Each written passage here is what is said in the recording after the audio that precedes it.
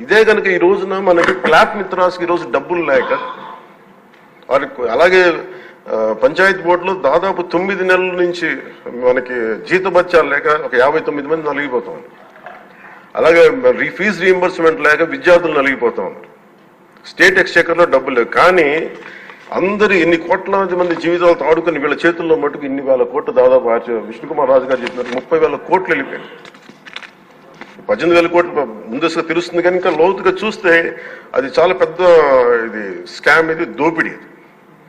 వీటిని కనుక మనం వదిలేస్తే, తప్పు చేసిన వాళ్ళని గత ప్రభుత్వం సంబంధించిన ఇది ఇట్స్ నాట్ అబౌట్ వెండెట్, పగా ప్రతీకారం కాదు. కానీ వీళ్ళని స్వేచ్ఛగా కనుక వదిలేస్తే, వాళ్ళ అదృష్టవశాత్తు ఈరోజు వాళ్ళకి లేరు.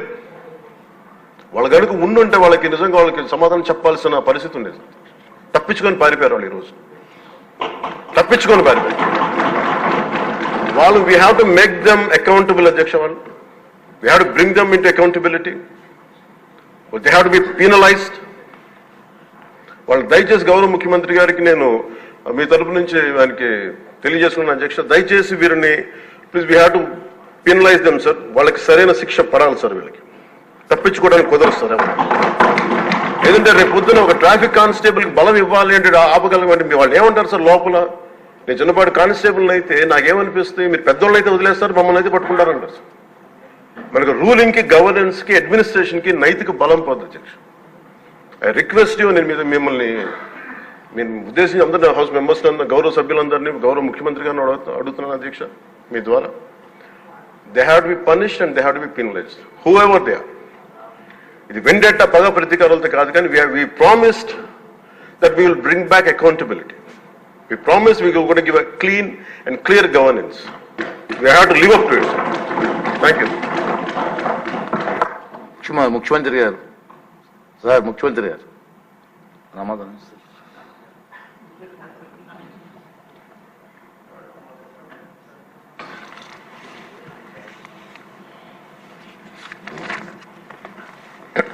అధ్యక్ష, చివరిగా మాట్లాడినటువంటి డిప్యూటీ సీఎం గారు అధ్యక్ష చాలా స్పష్టంగా ఆయన వ్యూ చెప్పారు.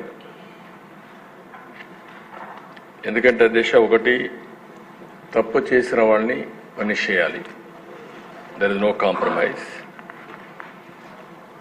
రెండోది, ఇప్పుడే విష్ణుకుమార్ రాజు గారు కూడా నేను చెప్పిన ఫిగర్కి డిఫర్ అయ్యాను.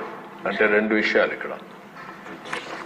రఫ్గా నాకు కూడా మా వాళ్ళు బ్రీఫ్ చేసి దాని ప్రకారం నేను ఆ ఫిగర్ చెప్పాను, ఇంత చేశారు అని.